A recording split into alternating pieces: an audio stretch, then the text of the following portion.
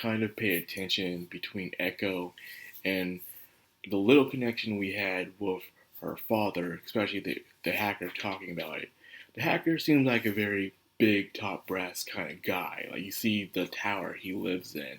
So yeah, he's up there. So the fact that this dude take orders from Echo's father means this dude must be way up there.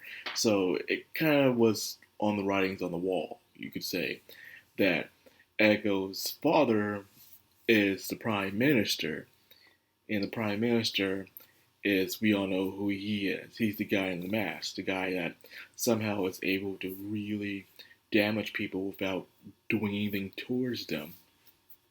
And when I see his fight, when he's fighting Mitsuka, I see it. I see that he is using telekinesis and ESP.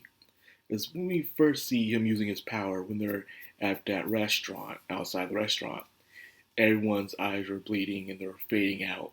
His power is some sort of powerful ESP like Jean Grey's or Charles Xavier's in a way. That's how it works. He's doing like brain scrambles to their minds and it's causing them to bleed through the eyes and ears and stuff and they pass out. He's doing that an EMP but for the human mind. And now he's for some reason wants to get his daughter involved, and it seemed like Echo has daddy issues. I guess since she was little, that the dad pretty much divorced the mom, and had nothing to really do with her ever since then. Just here and there, touch and go at the moment. The dude's a very busy guy who seems to dedicate himself to his work, and probably to some certain cause that he is up to. Hopefully in this other half of the season, we get to see more about her father. What is he up to? Why is he doing this? And what is his end goal? Does he too wish to save the world, but in a different kind of way?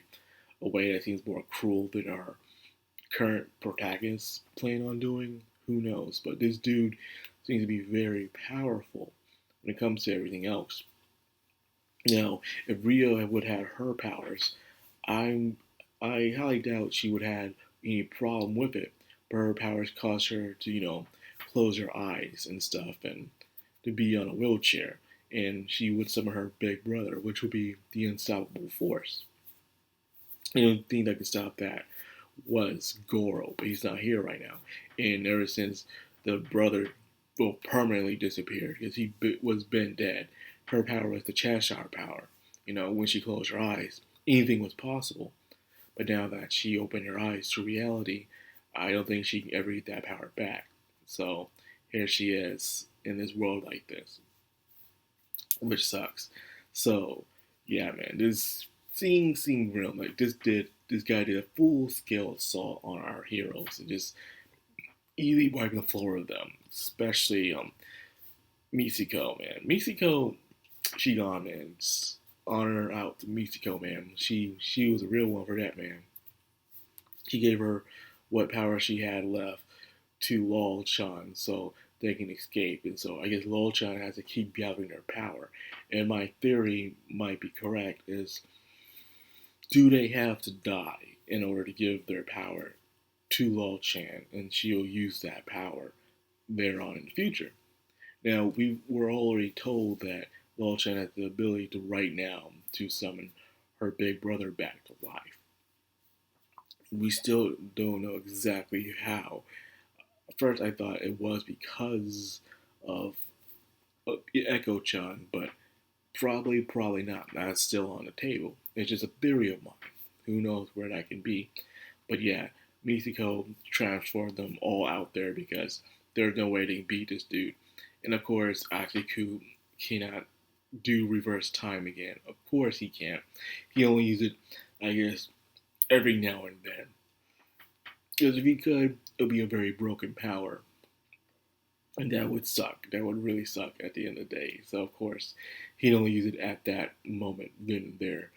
So, I guess he just go back to stopping time. But I wonder if he can forward through time. I know he can go through different timelines.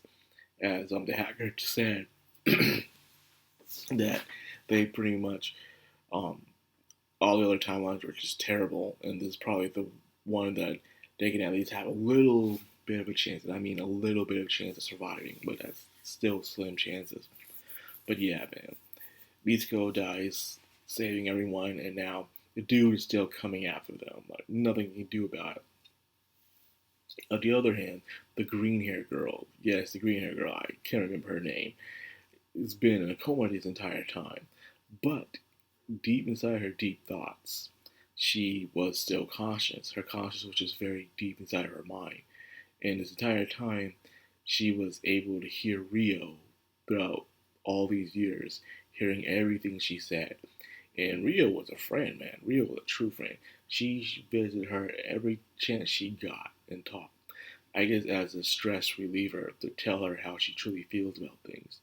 You know, you see her kind of upset, and she's telling her about how her days is, and then how years go on, you hear her voice change and how she mature she's become, and to the point where we're in the present day now. She's upset. She really wishes to see her friend again.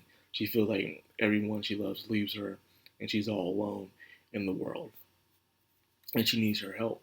So the green hair girl was pretty interesting the first season. She was one of my favorite characters. After all, I liked her spunky and charismatic personality. Even she wasn't the strongest one there, she was still interesting. The question is, what can she do to help? Because this dude, like I said, is powerful. Who knows what she can do? But hopefully, Yoko Taro has something in store because our heroes seem to be pretty screwed over right now. Whatever it is, because this dude has some very powerful ESP. It'll use send out brain scrambles to levitate, and I did see him at a very brief moment use telekinesis on Mitsuko as he was pushing her out the way. So he has that power too, the power to use levitation on other people as well, and not just uncoordinated, um, inanimated objects and stuff like that. So that's good. No, the question is why the mask? Why the mask? I don't know, people. It's just this thing. Who knows? Why the green hair girl from last season was wearing a gas mask and entire suit the entire time? These were just weird questions.